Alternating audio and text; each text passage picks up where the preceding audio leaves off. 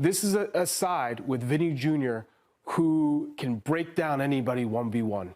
And giving this tournament, he's really stepped up. These are the moments that they need him to be the Vinny Jr. That he's destined to be. Beating people on the dribble, creating opportunities, and scoring. So I think just making sure that that front three is fluid and dynamic is going to be the key for Brazil. Salve pessoal, tudo bom com vocês? Está tudo bem comigo? Muito obrigado por perguntar. Vamos ver o que é que os gringos estão falando sobre o jogo de Brasil e Noruega. O Brasil será que entra como favorito? Deixa aí nos comentários. Será que o Brasil vai ter um jogo fácil? O Haaland vai atrapalhar? Vai dar problemas para nossa zaga? Vinícius Júnior vai conseguir ser protagonista da Seleção Brasileira? Tudo isso e muito mais nesse vídeo. How close, though, do you think it'll be? Do you think we'll see a close affair between the two? Yeah, I do, because I don't think Brazil's shown the propensity to beat any team by a lot other than Haiti, right? So I think it's going to be a tough game. I think Norway provides a threat going forward, as we know. They're resilient defensively. I think Brazil has a difficult time breaking teams down that are in a lower block, and so I think we're going to see a competitive match. I would favor Brazil just because of like what we talked about, the experience a little bit. I think they have a couple of game changers in certain positions. Obviously, Haaland is one guy that can, to some degree, be taken care of by two people if the ball doesn't ever get there. Whereas there's other players on Brazil like Vinny and some other players that I think can make a little bit more of a difference. So I would slightly edge Brazil, but it would not be surprising at all if Norway takes it. You giving them the edge too, Troy?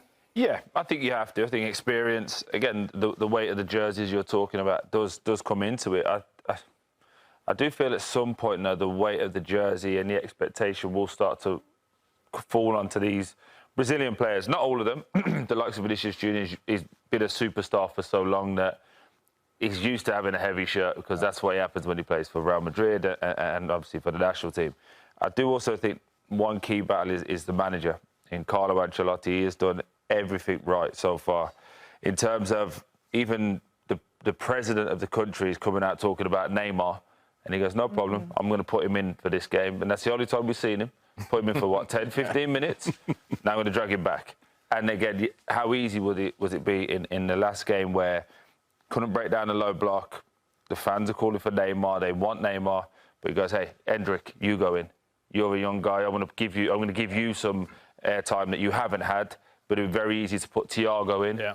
Who he started, everything he's done has been calculated. He's got, okay, Thiago, you started, you missed a massive chance against Morocco. Yeah. Come and sit on the bench. We're going to use you further down the line, but you've got to understand that when you're with Brazil, you get one moment, you get to score. Oh. This is not Brentford. Yeah. Every little tweak, if you look at it from a managerial point of view, he's been fantastic, and that's why I give them the edge. Maybe even leaving in Casemiro, because that was a bit worrying, wasn't it? Leaving him in, and then he had the second half, and Martinelli, obviously, putting him slightly out of position, and then he gets the game winner, so unbelievable. So next up, it's Brazil, and they've actually played in their history 4 times against Brazil, and they've never lost to them of Norway. They had 2 wins and 2 draws. They won in the 1998 group stages of the World Cup, and now this is a new era and a new chapter, but how do they fare against this version of Brazil? 2026 is Brazil, Ale.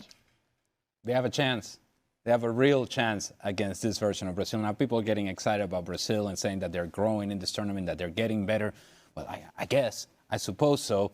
But we also saw against Japan that there are vulnerabilities that I believe Norway can take advantage of. I think what Brazil can lean on is the fact that Gabriel knows very well Erling Haaland and his movement because they deal with each other in the Premier League all the time. That's one way of putting it. Yes, they deal with each other, yes.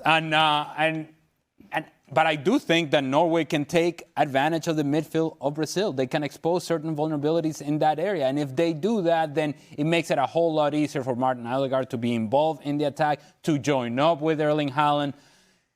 Norway has a chance, and a better chance than I think people historically would have given. If you think Norway, Brazil at this stage of the competition, you go, yeah, Brazil all the way. I wouldn't go as far as saying Brazil all the way. I do think that Brazil will advance, but Norway has a real opportunity in this game to expose some of the vulnerabilities that we have seen from Brazil. Feel the same way, Shaka? I think Brazil win it. I think Norway's Achilles heel will be their defense. because of how good they are, because of Erling Haaland, they've not been made to pay so far.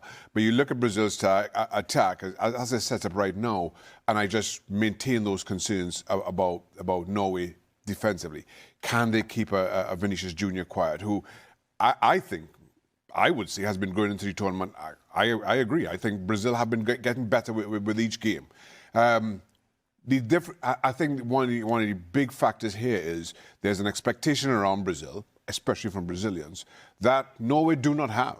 And that they are playing with house money right now. They will be received back in Norway as returning kings themselves.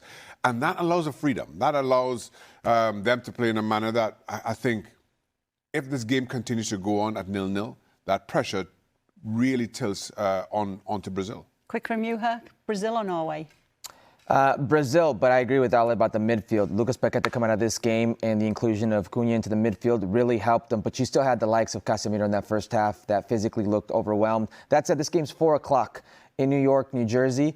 Under that sun, I don't know what this Norway is going to be like, and I think that may play a factor. Well, we're about Forward like Erling Haaland so far in the competition, right? And most teams don't, but they haven't faced someone that really occupies their back line at all, right? And I'm with you. I don't think we've seen the best version of Brazil, and I don't know if we're going to. But the matchup with Gabriel and Erling Haaland will relive this one that we see, in the Premier League, and I think he'll be up for it. It's not a guy that hasn't had a lot of touches, right, in matches, but has been really, really influential. It's not a team, this Norwegian side is not a team that plays through Erling Haaland. He's not a guy that you play through, right? He's a guy that has to make the most of his touches when he gets them, right? And then he does so much other work. A little bit concerned with Sorloth still being on that right-hand side because the Ståle Stolbach has had to fit him in that way. We know that. We knew that coming into the competition. He's a guy that wants to play in the highest point of the field, but because of Erling Haaland, he plays on the right as a right winger. Nusa on the left has been really, really good.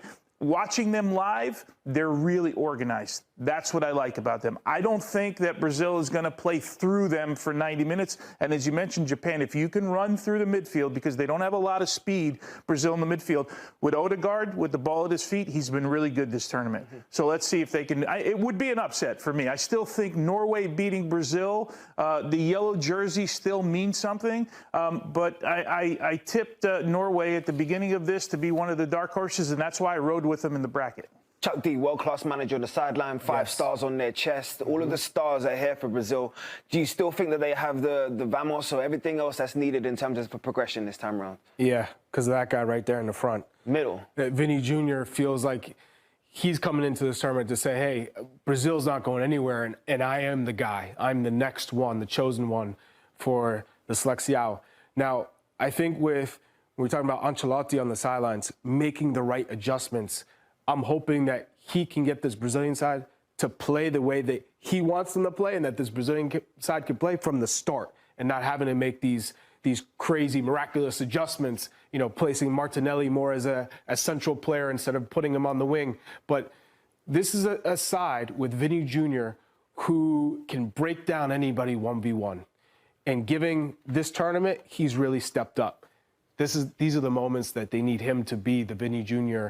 That he's destined to be, beating people on the dribble, creating opportunities, and scoring. So I think just making sure that front three is fluid and dynamic is going to be the key for Brazil. Really, just quick on Vinny Jr. Ryerson, the right back for Norway, is out. Right, went out against Senegal. So they're with their second string, Pedersen, who came in and actually scored a goal against Senegal, but it'll be something he can probably take advantage of. Galera, a gente viu aí que os comentaristas apontam um certo favoritismo da seleção brasileira, o Brasil que tem Vini Júnior, a Noruega que tem Haaland. Quem será que vai brilhar mais e levar essa vitória para casa? Deixa aí nos comentários o que é que você achou desse vídeo. Se você gosta desse tipo de conteúdo, se inscreva no canal e tamo junto. E valeu e até a próxima.